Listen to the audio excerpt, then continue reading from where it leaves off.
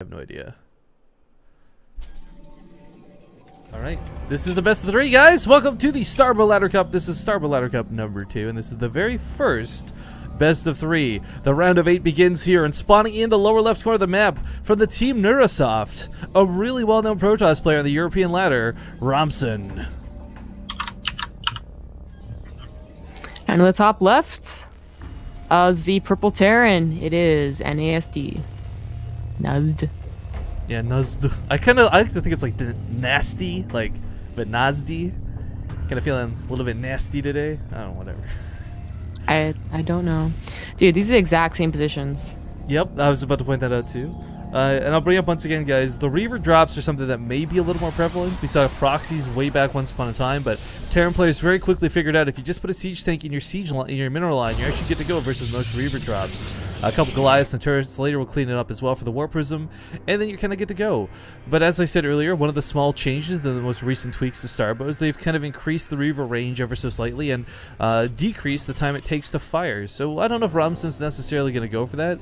There are some players out there too, like RSVP, who in Starbow love using Sentinels above all else. So I'm not quite sure what's up Romson's sleeve, but he is a Grandmaster Protoss player on the regular StarCraft ladder. He's really talented, and I wouldn't be shocked if he had, quite frankly, good control over whatever he chose to play today. Yeah. That being said, some Grandmasters, I'm not going to name names, do things like forgetting Evo Chamber walls or not walling off as Terran players. So just because you're good at StarCraft doesn't necessarily mean you're amazing at Starbow. But I don't know. I got faith in Romson because I've seen him play a lot of really good games in StarCraft too. Your voice just like bugged out for me. Oh, That's why I'm fiddling. Still like all robot-y still or something, or Very low, but I can still hear you. It's fine. Okay, I'm sorry. It's just me, so no big deal. Well, they're finally gonna scout. Well, actually, Romson's gonna be able to scout the correct position finally. There's nothing that anyone's doing that's too surprising though. Although again, we see a wall off from NasD. This is gonna key to prevent scouting, and of course, you want to get those siege tanks up pretty quick because there's no Protoss player that doesn't come at you with dragoons at some point. You're gonna need siege tanks, and unfortunately, Bio versus Protoss, guys, it's lackluster is the best way to describe it. It doesn't have range, it doesn't have damage, and two Marines can certainly deal with the Zealot, but I think he has to sacrifice one, unfortunately. Poor Marine. First blood. Well, this is what happens sometimes. This is why a wall-off can be very good, is that the Zealot doesn't get up there and you have to... I mean, you can micro. It's, you know, that 3 micro trick, or whatever you want to call it, that you can learn in the challenges, I guess. But it is a lot more difficult. Man, I remember when I took on those challenges, I was actually really worried they're going to be really tough, and it's like the most basic stuff in StarCraft. Like, you know, run a Marine in circles so the other one shoots the Zealot. And I was like, oh, okay, this is really difficult. I'm a StarCraft master. Yay! I didn't actually play that one, but I mean, it's not that hard to do. But it's a lot harder to do it when you're also like trying to get your tech up and getting your economy up, especially building SCVs behind it. Yeah. God forbid it's in Brood where you have to actually like take your SCVs and put them on the mineral patch. Like, God, I hate when a Zealot gets up there. But you also, walling's a lot harder in Brood War too. So I forgot about that. Like, rallying workers has been such a, I don't know, it's such a big deal. I actually totally forgot that you had to manually select the workers and put them on the mineral lines. Yeah, it's pretty damn hard. It was Warcraft 3 they first introduced rallying workers, I think, right? I'm pretty sure it was Warcraft 3 was the first Blizzard game where you could like just right click on the gold mine or whatever and be good to go. Probably. But same sort of build out of NasD, and actually the exact same build locations of everything too, kind of just funny to see. So I guess this is kind of the Terran staple, so to speak. Well, yeah. NasD gets across the map to scout though, which is kind of nice. He's the Chrono Boost on the Cybernetics core, so he knows it's going to be Singularity Charge.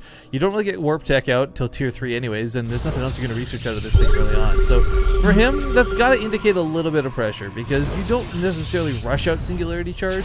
You will get it, but you don't dump Chrono Boost into it unless you're looking to be a little bit aggressive. Well, usually if you're going to be aggressive,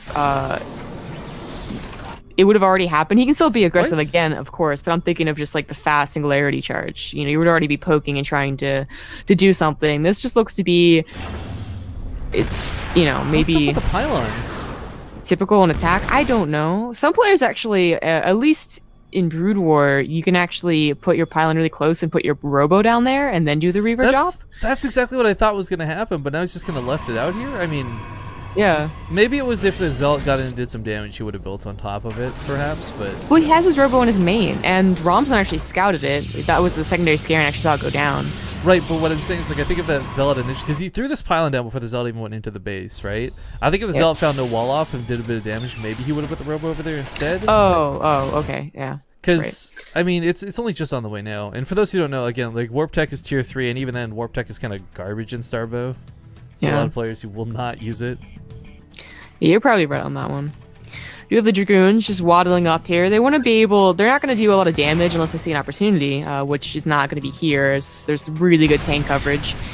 But they're going to be able to tell when NasD moves out, and they're going to be able to stall just a little bit, and that's what you want to do when they decide to move out, because they are a pretty scary Terran force, and the more time, the better. It's like dealing with a 1-1-1 back in those days. Pros just had to stall as long as possible.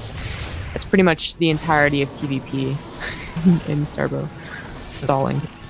You know what, I don't know if I would necessarily...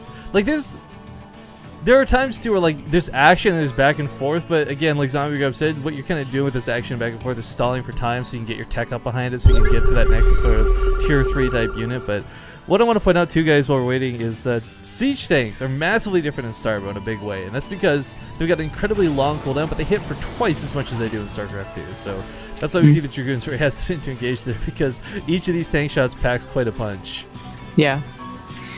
Used to a Warp Prism. It is out, and it has a Dragoon and 2 Zealots, which he can actually drop on top of the tanks. There aren't any missile turrets yet. He's just not getting the engineering bay. Apparently, no one's really afraid of DTs because they're taking a long-ass time to get the engineering bays and spider mines. Of course, I guess he did scan the Robo, but this could do damage in the main. It's going to draw back a certain number of units from the front, and Romson could try and poke in with the Dragoons. You know, it's funny too, every time I see like drops, I can only go back to that Innovation Were Young game where they were dropping SCVs on each other's tanks and it was just like wrecking the tank lines, but not going to happen here. We'll unload on top of the worker line. Goes through the gas mining SCVs. I actually kind of like that point. We'll talk about that in a second, but oops, spider mines go down, and as Zombie got pointed out, there's no anti-air just yet. So unfortunately, there's just nothing to really clean up this Warp Prism. Yeah, it's also a very good scouting tactic because as you can see, he sees everything. Now he sees 4 factories. It's not actually 5. But no 3rd command center, and we actually do have DTs on the way, but the missiles are of course already up and running, so I'm not sure what he's planning on doing with that one. So the kind of nice thing about, okay, this thing get cleaned up, but the nice thing about going for the gas mining SCVs first, guys, there's only 1 geyser per base. While you do mine faster, it also makes it more important that those SCVs are actively mining instead of getting killed or picked off. Because, well, it's 8 gas a trip. If you got no SCVs mining, that devastates your gas income. But off the 2 bases, and really didn't take much. NasD, I kind of needs to saturate a second gas, I think. But other than that, he's good to go. Now, we actually see Storm coming out for the Templar this time. A little bit curious, as of course the Templar Archives, the last time we saw TVP, was used primarily for Archons, which, well, as we saw, were really effective, but perhaps too late in the game. Storm's going to be interesting. It does a little more damage in Starbow, guys, but, I mean, it's still against a mech army. There's nothing here. It's not like Marines. This army's not going to get devastated by a storm. I think it does 112 in Starbow, if I remember. Hang on. Yeah, 112 damage, so a little bit more than the 80 it does in StarCraft 2. Whoa. Dragoons being chased in the middle of the map. Some nice Spider-Man coverage. Going to keep these from retreating fully. Yeah, that was actually really nice. Didn't lose many vultures at all. It's actually giving way to a pretty big push as the tanks follow this up. A storm slap down, but it doesn't hit much. The second one does manage to hit a lot of the vultures. And now the bulk's gone for these tanks, but Dragoons just need to get up on top of melee range. If they get into the dead zone of the tanks, they're good to go. More tanks coming from behind. I'm surprised that Romson seemed to be caught off guard so much. I mean, you could also say that the vulture trick was really, really good too, but he saw that there were 4 factories and not a 3rd command center, so typically that means they're going to be pushing very soon. And he just got rolled. Like, NSD was like, excuse me, pardon. Yeah, pardon coming through. No, but that's the thing, like, you let the tanks spread. Like, when all those tanks were clumped up on the bridge, I really think he could have engaged on top of them. At least that would have been his best bet, because now he's forced into 1 base. He's going to lose his natural. This base has been cleaned out entirely. Probes have been annihilated, and this is looking pretty bad for Romson, because holding at the top of this ramp is not going to be easy. Even though He doesn't even have charge in these Zealots yet. It's on the way, but even if he did, charging into tanks is still not the easiest thing to do. Drops, though, this is what the last Protoss player didn't really do, but drops on top of an army that has no Goliaths is really strong. Now, NasD doesn't overstay his welcome, which I really like. He just goes ahead and says, natural done, I'm not going to break up that main in case there's like 5 storms waiting. Let me go to the 3rd. More probes going to die here, sadly. 1 cannon to defend, and a Forged Chrono boosting out some armor upgrades, but these tanks are going to be too well suited to take the space on. Romson actually just going to go for the counterattack. I actually really like this move because he knows I like he can't. that a lot better. Yeah, he knows he can't take the army head on, and NasD is going to be forced to come home or go for a base trade. So I don't know. There's a lot of spider mines these Zealots and Dragoons are going to have to break through, but I think Romson might just barely be able to do it. He's got to kind of go now, though. He doesn't have a lot of time on his side. Yeah, definitely, for sure. But, you know, going now, not having a lot of time means that the Spire Mine's doing exactly what they should do. They're buying enough time, and the Zealots can't go just charging in there, so they have to retreat. Yeah.